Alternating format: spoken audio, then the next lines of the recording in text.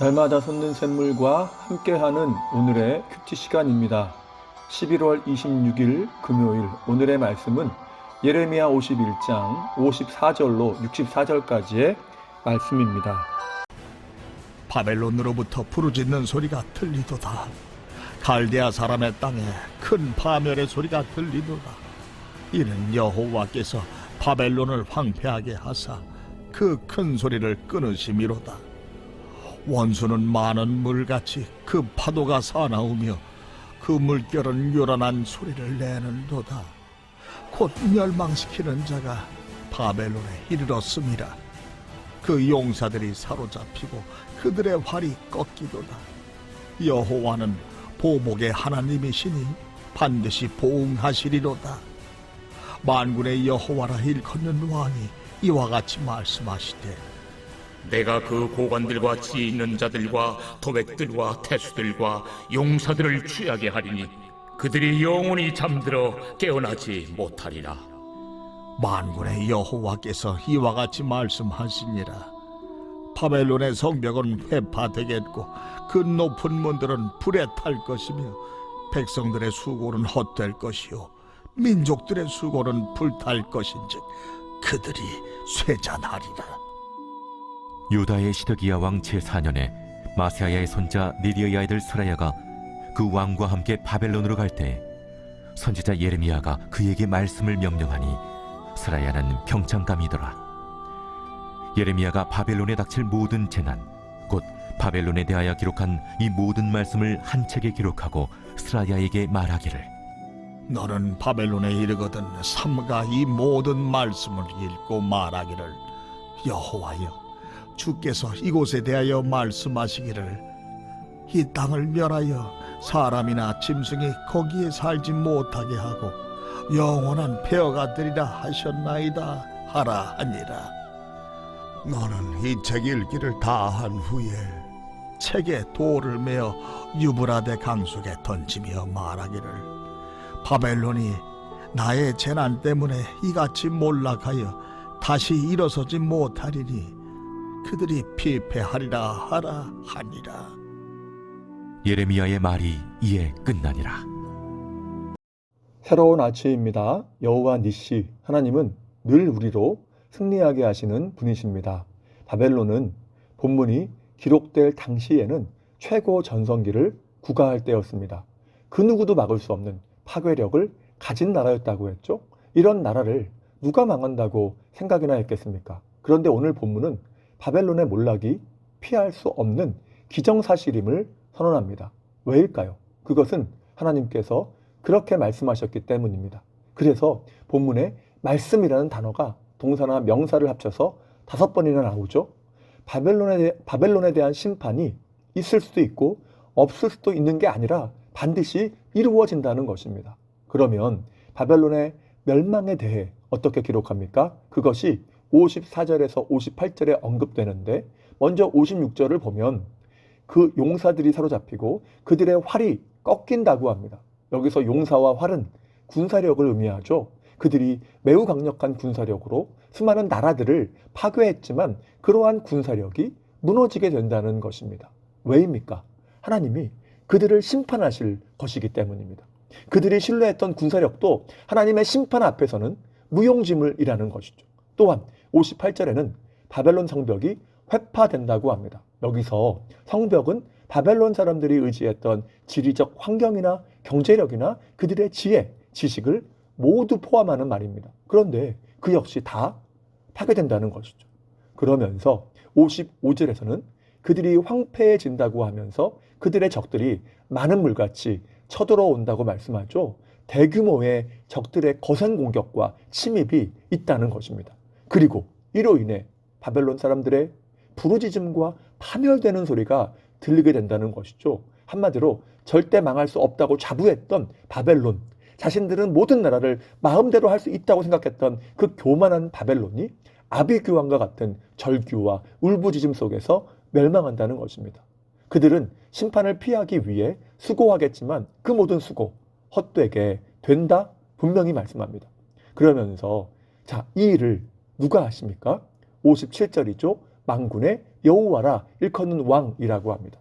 그 심판을 하나님이 하시는데 그분은 전능하신 분이며 세상에 참된 왕이라는 것입니다. 사람들은 생각했겠죠? 당시 세상을 좌지우지하는 것은 바벨론의 느부갓네살이라고 말이죠.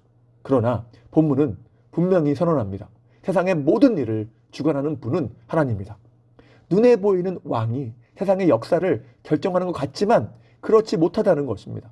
그들 역시 하나님의 일하심의 도구에 불과하죠. 그래서 우리 역시 세상 역사의 주권자는 하나님밖에 없음을 인정하고 신뢰해야 합니다. 여러분, 여러 번 언급했지만 세계의 열강, 세계의 권력자, 세상의 재력가들이 우리의 생명과 안전을 주관하지 못합니다. 그들이 우리의 삶을 좌지우지하지 못한다는 거죠. 때문에 우리는 사람을 두려워할 필요가 없습니다.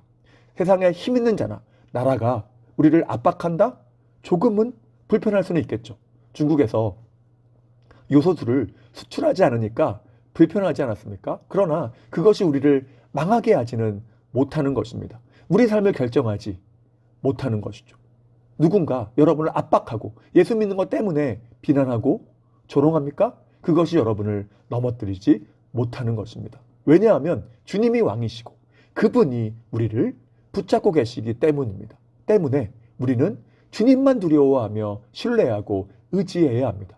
사람은 존중하고 사랑해야 될 존재일지언정 조금도 두려워할 존재가 아니라는 것입니다. 하나님이 허락하지 않으시면 사람이 어떠한 일을 해도 어떤 일도 일어나지 않는 것입니다. 아무튼 하나님은 바벨론으로 황폐하게 하시며 진노의 포도주로 취하게 하고 다시는 깨어나지 못하게 하신다고 말씀하죠. 그렇게 세계를 쥐고 흔들었던 바벨론이 죽음의 잠에 빠지고 완전히 멸망하게 된다는 것이죠. 그리고 이러한 멸망을 하나님은 퍼포먼스를 통해서 확인시키십니다. 어떠한 것입니까? 바벨론으로 가는 스라야로 하여금 이러한 바벨론 심판의 말씀을 담은 책을 가지고 가서 사람들에게 읽어주고 그 책에 돌을 메어 유브라데 강에 던지라는 것이죠.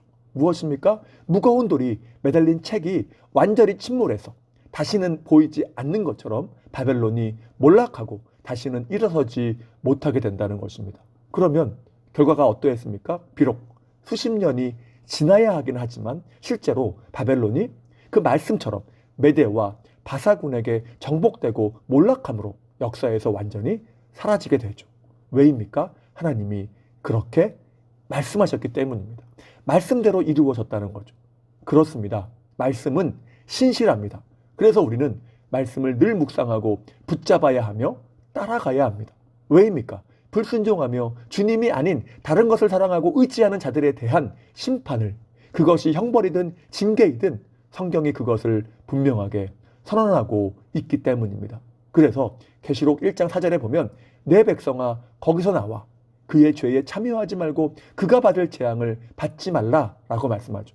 주님을 거부하고 불순종하는 자들에 대한 심판이 반드시 있다는 것입니다. 그래서 계시록을 보면 바벨론이라는 단어가 8번 나오는데 모두 하나님을 대적함, 불순종, 우상숭배라고 하는 죄악의 영역을 상징합니다. 그런데 계시록 18장 21절에서는 이렇게 말씀하죠. 큰 성 바벨론이 비참하게 던져져 결코 다시 보이지 아니한다. 물론 이 말씀을 최후의 심판의 말씀으로 한정시킬 필요는 없습니다. 중요한 것은 과거나 지금이나 하나님은 심판하고 계시고 또한 미래의 종국에는 이렇게 하나님을 거부하고 불순종하는 세력에 대한 완전한 심판이 있다는 것입니다. 그렇다면 한 가지 생각할 것이 있습니다. 이 말씀의 신실성이 내게는 과연 위로가 되는가 두려움이 되는가라는 것입니다. 죄악된 자들에 대한 심판의 말씀이 신실하다는 것, 이것이 위로인가 두려움인가라는 거죠. 부족하지만 주님을 사랑하면서 그 말씀을 따라가려고 몸부림치는 자에게는 위로가 될 것입니다. 우리의 삶이 때때로 힘들고 고단하지만 큰 용기를 주는 것이죠. 그러나 그렇지 않은 자에게는 그것 자체가, 신실함 자체가 두려움과 절망이 될 것입니다. 왜냐하면 남은 것은 말씀대로 진노의 심판밖에는 없기 때문이죠. 그렇다면 우리가 할 일은 무엇일까요? 먼저 하나님의 말씀을 선포하는 것입니다. 본문 61절에 보면 하나님의 말씀을 사람들에게 읽어주라고 하죠. 그렇습니다. 우리는 세상에 나아가서 말씀을, 복음을 힘을 다해 전하며 선포해야 합니다. 왜냐하면 그들이 말씀을 듣지 못하고 하나님께로 나오지 않는다면 말씀에 기록된 대로 심판을 받을 것이기 때문입니다. 또한 우리는 늘 말씀을 붙잡고 순종하는 삶이어야 합니다. 물론 우리가 행함으로 구원을 받는 것은 아니지만 성경은 분명히 믿음으로 구원받은 자에게는 행함의 열매가 나타나야 되고 또한 행하는 자에게는 그에게 주어지는 은혜와 은총이 있을 것을 말씀하기 때문입니다. 계시록 1장 3절에서 말씀하지 않습니까? 이 예언의 말씀을 읽는 자와 듣는 자와 그 가운데 기록한 것을 지키는 자는 복이 있나니 때가 가까움이라. 삶에 고난도 있고 시련도 있고 도전도 있지만 그 말씀을 따라가는 자에게는 주님께서 모두 갚아주실 뿐만 아니라 그의 삶은 반드시 복되다는 것입니다. 그것이 말씀이죠. 이것이 성경이 약속하는 바라면 그리고 그 말씀이 신실하다면 믿고 따라갈 만하지 않나요? 이것을 믿는 것이 크리스천인 것입니다. 늘 그렇게 믿고 나아감으로 그에게 주시는 은혜가 무엇인지 경험하시는 복된 삶 되시기를 주님의 이름으로 축복합니다. 그러면 다 같이 주기도문 하시고 주신 말씀을 붙들고 간절하게 기도하도록 하겠습니다. 하늘에 계신 우리 아버지, 아버지의 이름을 거룩하게 하시며 아버지의 나라가 오게 하시며 아버지의 뜻이 하늘에서와 같이 땅에서도 이루어지게 하소서. 오늘 우리에게 일용할 양식을 주시고 우리가 우리에게 잘못한 사람을 용서하여 준 것 같이 우리 죄를 용서하여 주시고 우리를 시험에 빠지지 않게 하시고 악에서 구하소서. 나라와 권능과 영광이 영원히 아버지의 것입니다. 아멘.